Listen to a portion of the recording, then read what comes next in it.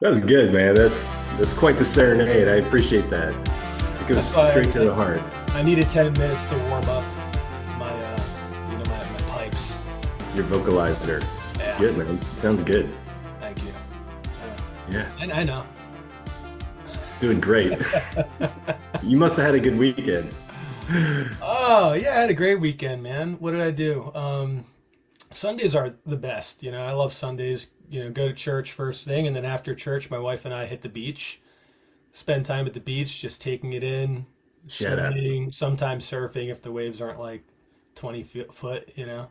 Sounds Um, terrible. yeah, and it's Sunday's good routine. Then we came back, then we watched. She wanted to watch Interstellar, so Dude, yeah, love that movie. she was meal prepping a little bit and making food for us. And then I was reading a book called Three Sips of Gin, which is a book about the Rhodesian War and very intense. So when she was done with the meal prep stuff and she came, we like, let's just wind down, watch Interstellar for like 2.5 hours, and it's such a classic. It's so good. So you've both seen it before? Yeah. Uh-huh. I mean that I've probably watched it like a dozen times throughout since Okay. since it came out. Yeah. One of my I'd probably favorites. say maybe four or five. Yeah, that's a good one. Yeah, I get pretty obsessive about like, things that I like, and so I can watch, certain movies or certain shows like over and over again and just like dig in more to the details of it. I don't know what that is, but I find the things I like and I really lean into it. It's called an obsessive personality. It's good. I am It's not obsessive. something you got to lean into that. What let me ask you, man, what so I don't know what kind of student were you in high school? Were you like Um, a good, well-rounded student, like good grades across the board? I mm, kind of get that vibe from you. do you? No, Yeah. I was somewhat of a class clown. I played ice hockey. I was in a punk rock ska band. Nice. Very involved with Young Life, and yeah, I mean that was it. Just grew up in the suburbs in the Midwest, so very white bread, and you know, I mean, I hated it. I had to get out of there, but looking back, it was pretty idyllic, I guess you could say. I have yeah, similar experience. Class clown, I was really good at the subjects that I wanted to be good at that I took an interest in, but I just Same. if I didn't have an interest, I mean, I just couldn't like find a way to actually do it. And so, I mean, I got along with all my teachers, but they were frustrated by me at the same time. You have so much potential. It was that. Yeah, Dude, that was it was like that. that was that was my nameplate. You Yeah. have potential. Yeah, I, Yeah. I think I think school is tough for boys. It's tough for young men. Yeah, I mean, you're not supposed to be sitting down in a chair for 8 hours, listen to somebody drone on about topics that have no relevance to you, and you can't imagine how they'll matter in the future. It's almost just too much to ask. Oh, I mean, I remember my math teacher, as I was like failing the class, saying, one day you're not going to be able to use a calculator to do the math. And I'm like, Right. okay. But now it's like, Okay. it's, Yeah. I had a great high school experience though.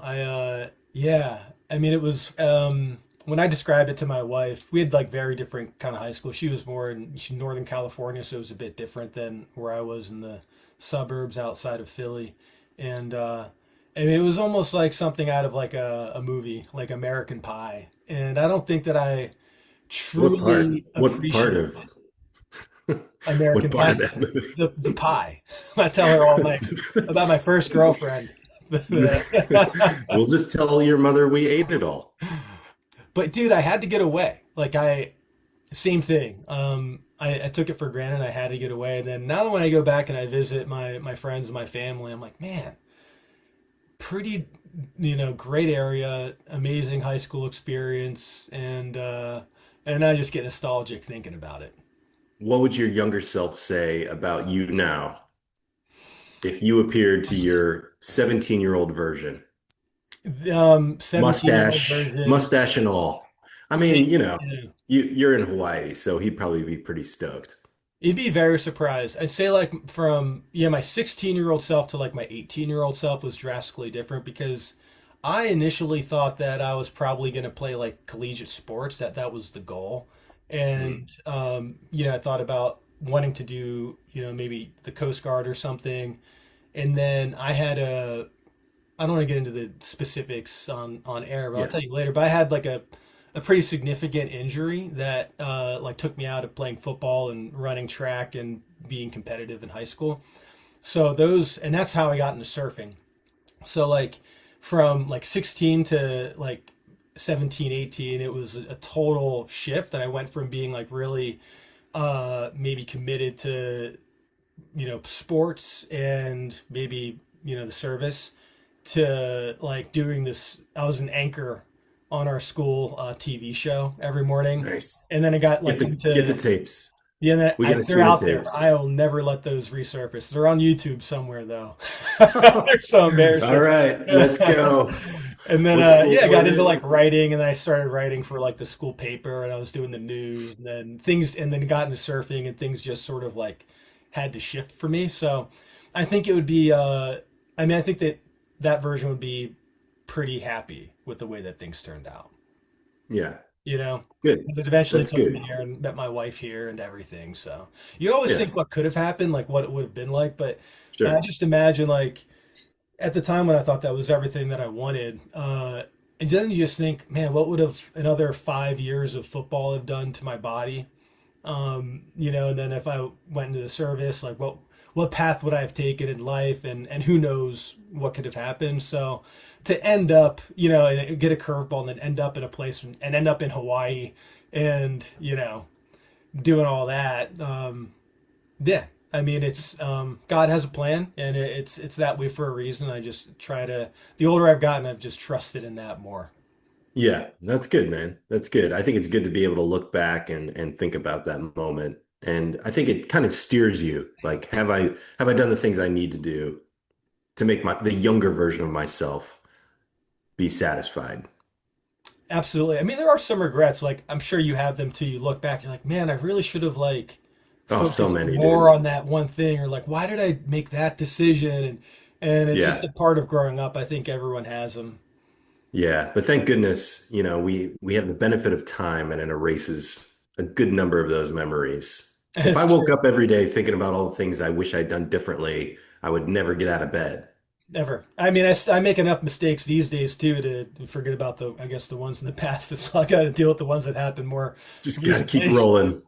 keep rolling, and that's it. Well, what do Yeah. you think, man? So we're talking about Bitcoin here.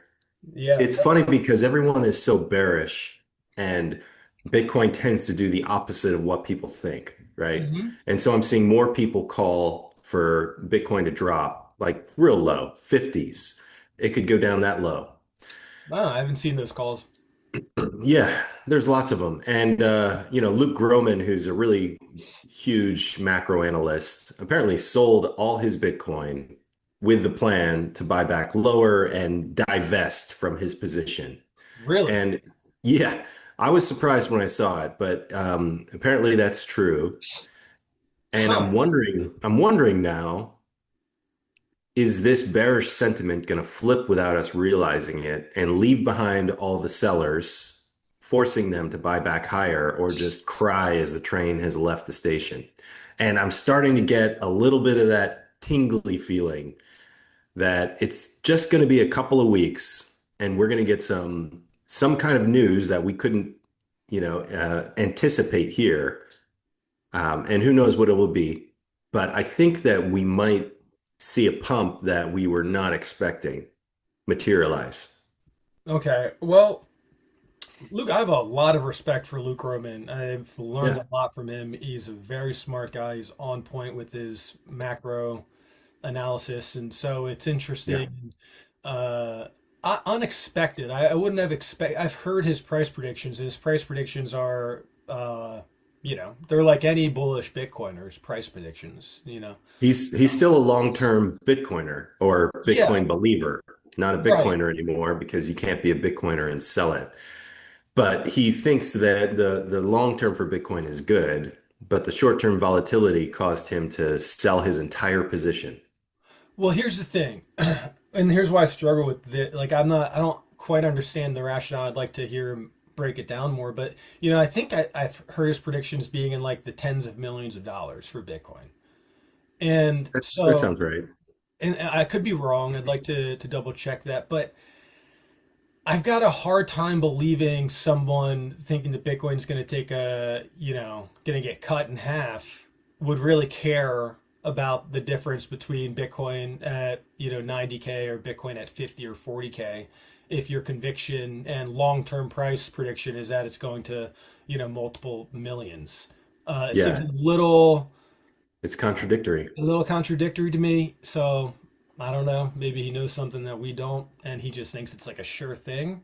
But Maybe. yeah, I mean, I suppose he could be thinking he'll buy back twice the amount, double his yeah. position. I mean, how often does that stuff happen? Like, how It does doesn't happen to me. It doesn't happen to most people. I don't hear people talking about it working out. All I ever see is people warning others to not make their same mistake. Right. So we'll see. I mean, we're at 91, you know. Um, Maybe we'll be Yeah. here for another couple weeks, or maybe something will happen and it'll cause the price to skyrocket Well, I and saw the that there is demand. an 80% chance on Polymarket that Trump was going to announce that there are aliens. Uh, Dude, the alien Bullish or thing. bearish? I mean, I don't think that there are any aliens. I think the alien thing is a psyop. I Yeah, think yeah. any aliens we meet are from the spiritual realm and they're demonic. I'm 100% with you. I think they're And I angels and demons.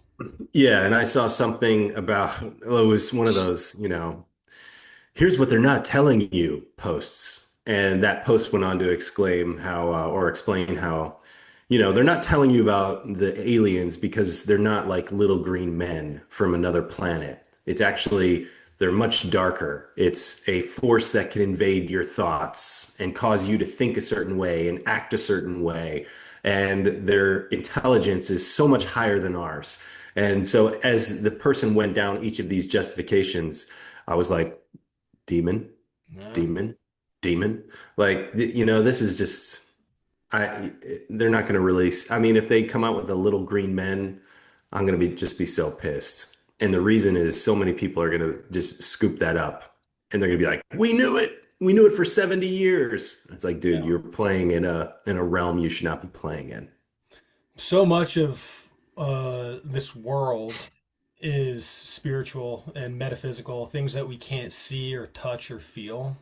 Totally. And I'm not sure like what percentage of what we actually see is, what percentage is that in comparison to like the metaphysical realm, but I just think that there's a ton out there that we don't know. And I think it's all spiritual, like every aspect of it. Yeah. Yeah. So I think, stuff shows up on Polymarket. It doesn't mean it's inevitable, Let me you ask you know. this about what do you like? Okay, positive, or net negative prediction markets like Polymarket and Kalshi. I think it's organized gambling. And I know Kalshi has won lawsuits to say that it's a prediction, it's not gambling. And I think there probably is, you're looking at common knowledge, right? And the arbitrage is if you get one of those instances where the common knowledge is incorrect or it's outdated. And that's where you can win, right? But at the end of the day, I think you're putting your money into an app that mimics gambling in every dimension. So, you know, it's not for me. It's not a place where I want to spend my time or energy. But, I know it exists and it'll be out there. I don't know. What's your take? I hate it. Yeah, I just think Okay. it's degenerate and you think about like prohibition of things like alcohol. The prohibition of alcohol was very challenging because alcohol was already a staple culturally in America.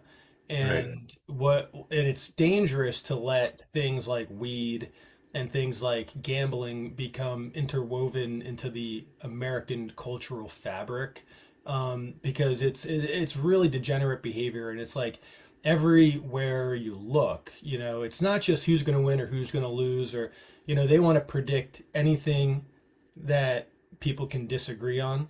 And when it comes to sports betting, it's like it's not a win or loss. It's like how many strike if it's UFC, how many strikes are going to be total in each round? Who's going to win the first round, the second? Who's going to There's so many ways you can slice it up, and I just think that it's we know that they can socially engineer people to become addicted to pretty much anything that they want them to become addicted to. And I mean, social media is huge proof of that. And they're doing the same thing with these prediction markets. And so I just think it leads to a lot of financial ruin and probably increased rates of suicide. And I think it's overall a horrible thing. That's my personal take. I think that it's Marty said something recently. I've got the tweet up. And this was actually about the UFO files. There's an 87% chance in 2025 that Trump declassifies UFO files. Marty Bent, he said, government market insiders who are profit driven and have access to prediction markets is going to change the world of information dissemination. Many don't like Right. this, but it's a net positive for society. I thought that No. was an interesting argument. I Um, think that the if you've got insider information, you can game the system. yes, yeah, for sure. So, but that tells you, I mean, there's so much fraud in this, right? They're gaming the system, That's but that gives yeah. you some information that otherwise, like, you wouldn't have necessarily had. It just becomes a matter of like, how important is it to know those things before they happen? I It's don't also think monetizing. It's yeah, monetizing privilege of information. And I that's think right. that is also a slippery slope. And 100%. speaking of, I saw someone post about how these betting markets can become incredibly dark. Imagine if there's a wager on whether or not somebody will be, Uh-huh. and then that gets to a point where someone is incentivized to perform that action That's right. because the payoff is so great. That's right. So now it's like any degenerate behavior can be monetized. I even saw a guy that said, "Hey, listen, if you want to run for office and you have a 0.5% chance of winning, take 100 grand and bet on yourself. Now you have a huge position in a very unlikely scenario. And then recruit 10 or 100 more people to join you. They each put $5,000 in. And once you do win that election, they all get paid out $1 million and you get 100 times that or whatever, 20 times that because of everything that was bet on that campaign. Mhm. So the person described it as a way to fund a campaign as a startup. You're incentivizing people to join you because if they throw in 5 grand and you actually win, they walk away with $1 million. You walk away with, you know, 20 million. So I see it changing the way that we do things in society as a net negative, I'm with you. I think you know? Marty's point is a good it's a good black hat, perspective to just think about the other end of it, which I appreciate. And but at the end of the day, um, what's the benefit for everyday regular people in learning information before it is going to come out anyway? Right. There's none, right? There's I mean, none. it's Like, things are going to small. happen, and you're not going to have any Right. control over the outcome of it happening or not. Right. So it's who really cares? You're better off reading Right. a good book, praying, going to church, focusing on your family, and Yeah, dude. getting rid of all this degeneracy and just like you said. I mean, that's basically, you could put an open hit out on somebody. That's what that is. Uh, Exactly. yeah, And that's if what it's matters. if it's an unlikely person, then the pot gets really big, and now the incentive is there. Now you have a motive. So here's where I've It's been messed very up. oppositional to the libertarian perspective as of late. And we talked about it on the last show. Sure. I've been baiting some libertarians on X just to kind of stir the pot, get the conversation going, because there's a lot of Right. Bitcoiners that are libertarians. I love a lot of the aspects of libertarianism. Like I love liberty, just to clarify, I'm Right. conservative, small government, man. And but but if you just had a society that anyone could do anything and they had the free market to completely put any type of like hits out on people, like that's not a good thing. You could say, Oh yeah, well then you totally. could it's the free market, so then you're going to have other people go out and they're going to find a way to fix that, or but just because it's the open market dynamics, and it'll find a way to kind of It beat leads to the societal alarm. chaos. It leads to societal chaos. It's just one point of many that I have a contention with Yeah. libertarian. Did I freeze? Yeah, your light burned out. Oh man, I'm still here. Oh, it looks like you're frozen. There Okay, you there go. we go. You're back. And we're back. Well, what do you say we stack some sats? Yeah, let's do it. We'll keep it pretty short today. It's our short stack, mini stack. Short stack. I'm doing my $21 weekly, bi-weekly, twice weekly buy. Same. Getting 22,820 sats. All right. Hopefully you stack sats with us. There That's it what the goes. show is all Boom. about. I didn't catch the rain, but it worked. Oh yeah. Nice. Yeah, hopefully you stack some sats with us. You know what? If you did stack sats with us, maybe try and prove it. How can we do this? It's like I I want to think they just encourage write the people. number. What's the number? Yeah, what's the number? Let us know what you stacked. Yeah, And you don't necessarily need to prove it. That's between you and your stack. I want to find But a way to yeah, incentivize people to buy Bitcoin with us, though. yeah, It's kind of a yeah. tough thing to do, unless we do it. Bitcoin has a lot of incentives, though. I buy it just because, It's you incentive know, enough. soundest money known to man. That's right. I don't know, Cool, dude. man. I think we'll keep this one short today, short and punchy. We'll have a good show on Thursday, and yeah, in between now and then, if you've got any comments, leave them below. I guess I'll do that. Smash that subscribe button, smash that like button, and leave us a voice memo. You can find us on X at the Stack Show. So drop us a voice memo. We 100%, no matter what you say, we will play it. This is true. We will play it and we will react to it. So have Yeah, some fun with it. Leave us a voice memo. We'd love to hear from you, and I hope you stacked with us as well. That's what the show is all about. We are the show that stacks sats. You end up with more Bitcoin than you had when you started this show. That's what it's all about. So thanks for joining us again on today's short stack pod, and we'll see you on Thursday or Friday. sounds good, dude. I'll see you then. All right, brother. Peace. Peace.